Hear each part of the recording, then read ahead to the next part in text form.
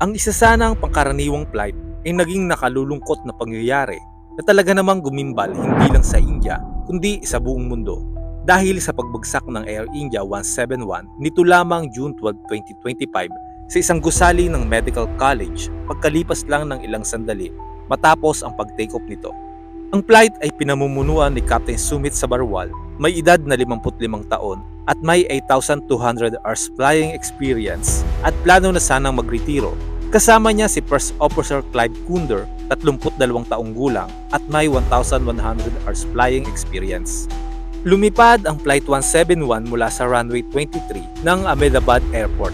Patungo sana ito ng London Gatwick. Ayon sa mga ulat, ang hangin sa paliparan ay mahina, mainit ang temperatura, malinaw ang visibility at walang masyadong ulap. Sa simula ay normal ang paglipad, subalit umaabot pa lamang ng 625 feet ang taas at mga 1.5 kilometro pa lang ang layo mula sa runway ay bigla naman ang pagbagsak nito na nasundan ng isang malakas ng pagsabog at lumagablab ang apoy na may kasamang makapal na usok. Umabot sa 279 ang nasawi sa pagbagsak ng nasabing eroplano. May lulan ito na 242 katao, 230 ang pasahero at 12 ang crew. Sa 242 katao na sakay, isang 40 taong gulang na British national lang ang tanging nakaligtas sa pagbagsak. Nakaupo ito sa seat 11A na matatagpuan sa tabi ng isang emergency exit. Sinabi niya na matapos matanggal ang kanyang seatbelt, nakatakas siya sa isang siwang nang bumukas ang emergency exit. Ayon sa mga doktor na gumamot sa kanya, ito ay nakararanas ng disoriented condition dulot ng shock at traumang natamo nito sa pagbagsak at pagsabog.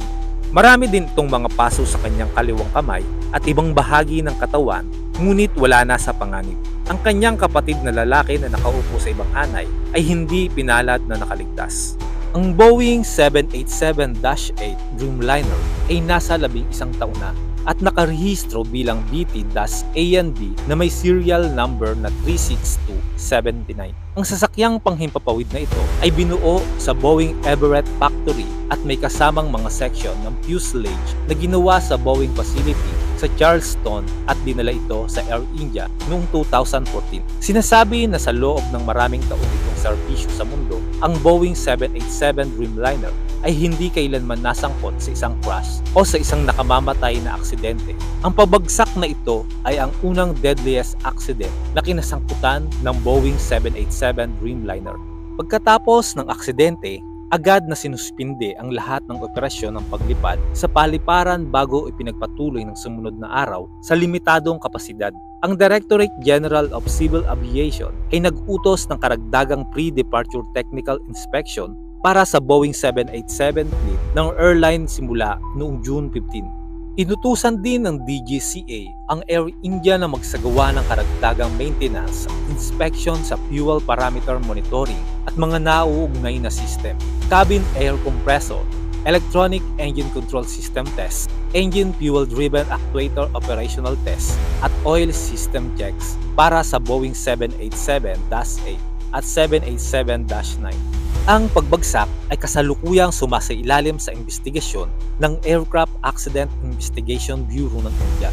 Nagpadala rin ang Air Accident Investigation Branch ng United Kingdom ng isang pangkat ng investigador, habang ang US National Transportation Safety Board ay nagpadala rin ng isang team upang tumulong. Sinabi ng US Aviation Administration na ito ay handang maglungsad kaagad ng isang team bilang suporta sa US National Transportation Safety. Noong June 13, pagkatapos ng 28 oras na paghahanap, iniulat na na-recover ang isa sa dalawang naka-install na flight data recorder ng National Security Guard at ng on-site team ng AAIB. Nang maglaon ng araw ding iyon, nakuha ng Gujarat Anti-Terrorism Squad ang isang digital video recorder mula sa mga wreckage na nag-iimbak ng footage mula sa mga external at cabin-mounted camera ng sasakyang panghimpapawid at hiwalay sa dalawang certified flight recorder. Iniulat noong June 15 na ang cockpit voice recorder ay nakuha muli mula sa ibang lugar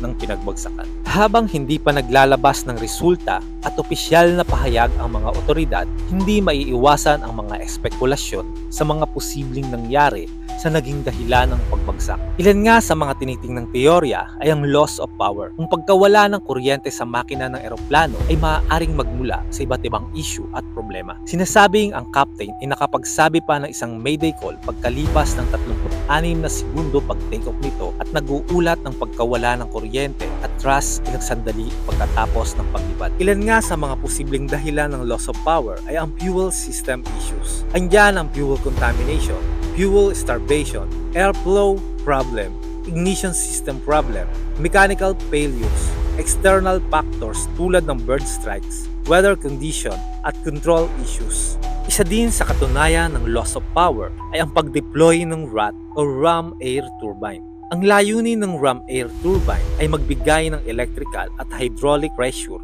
para sa sasakyang panghimpapawid sa isang matinding emergency kapag ang eroplano ay nagkaroon ng electrical failure, hydraulic failure at dual engine failure. Ang RAT ay automatikong made-deploy. Bukod pa rito, sa mga paunang pagkatuklas, sinabi ng mga investigador ang hindi pagbawi ng landing gear na makikita sa video ay nagpapahiwatig ng malaking problema sa hydraulic system na maaaring magdagdag ng pagkawala ng kuryente ng nasabing eroplano. Isa din sa mga teoryang tinitingnan ay ang no flaps on takeoff. Wala sa maayos na setting ang flaps para sa takeoff. Sa madaling salita, ang mga flaps ay nakataas at habang sila ay tumatakbo paangat sa runway ay nakakuha sila ng kaunting hangin. Ngunit sa huli ang eroplano ay bumagsak dahil ang mga flaps ay hindi nakalagay sa maayos na setting. Ang ikatlo pang teorya ay flaps retracted prematurely. Ibig sabihin, ang mga flaps ay nakatakda sa maayos na setting habang ang eroplano ay paangat, lumilipad, ang captain ay humingi ng gear up sa isa pang piloto, subalit ang nahawakan niya ay ang maling flaps handle at maagang itinaas ang mga flaps. Base sa mga ulat, ang kapitan at ang kasama nitong piloto ay may mataas na antas ng kakayanan at kasanayan kaya imposible ang ikalawa at ikatlong teorya. Ang black box ng Boeing 787-8 Dreamliner plane ng Air India na bumagsak noong June 12 sa Ahmedabad na makasasagot sa mga tanong kung ano ang tunay na nangyari ay nagkaroon din ng pinsala dulot ng malakas na pagsabog at maaaring kailanganing ipadala sa Estados Unidos upang ipagpatuloy ang proseso ng pagkuha ng data. Sinabi ng Minister of Aviation ng India sa mga mamamahayag na ang panel ng gobyerno na nag-iimbestiga sa pagbagsak ay maglalabas ng report sa loob ng ilang buwan.